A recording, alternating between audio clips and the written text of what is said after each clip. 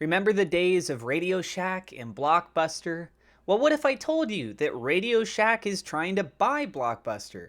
Does it sound pretty bizarre? Well, we've got an added little twist that's going to be coming into this story. I am not a financial advisor. This is not financial advice. Everything I'm sharing is my own opinion. It's my own research. I highly encourage you to go do your own research. With that being said, let's go and dive on into the news.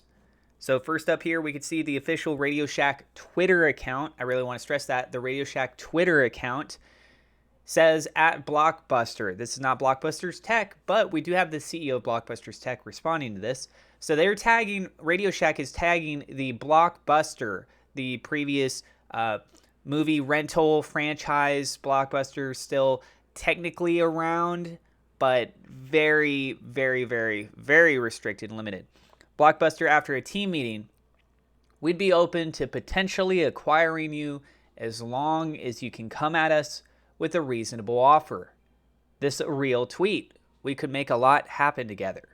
Email me at able@radioshack.com with your best offer.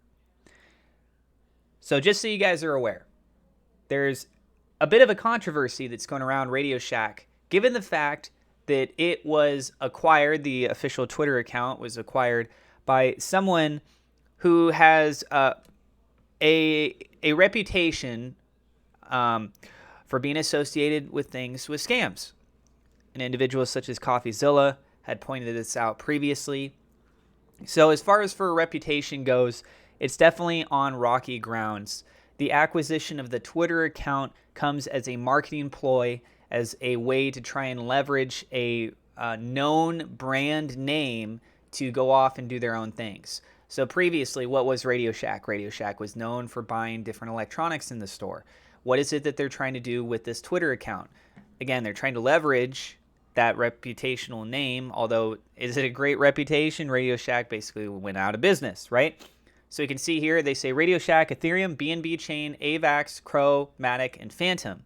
Lowest swap fees on Phantom, Ethereum, BNB Chain, Avalanche, Kronos, and Polygon, 0.1%.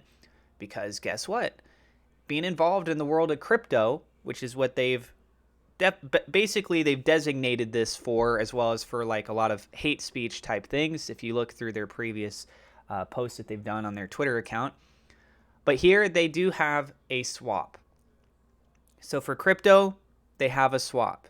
Does Blockbuster's Tech have their own swap? The answer is no. They are on the SafeMoon swap, but they don't have their own swap.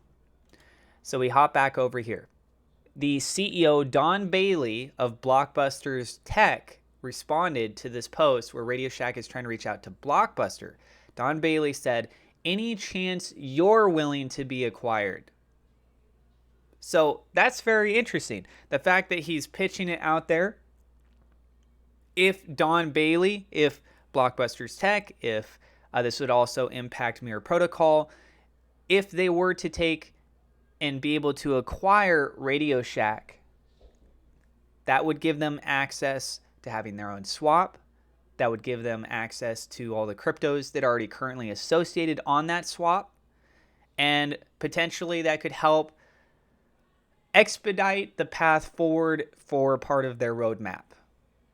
Personally, I believe that Don Bailey would be more professional and respectful in managing the RadioShack Twitter account, as well as the swap itself. However, if RadioShack was simply to allow them to acquire the swap side and not the official Twitter account, well, then the Twitter account is just going to keep going on and doing their trolling and things that they've done before. So what do you guys think? Do you like the idea if the actual RadioShack Twitter account / swap, however you want to kind of bundle that together or not bundle it together, but just the idea of being acquired from Blockbuster's Tech? Are you for that idea or against it? Me personally, I'd be for it.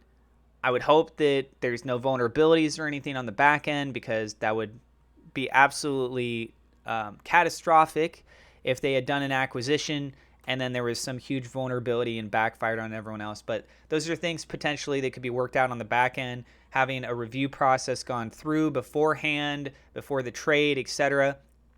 But I don't know if they're even going to do that, and I'm more inclined to believe RadioShack's not going to do that. RadioShack is trying to make it sound like they want to acquire other things, not that they want to be acquired.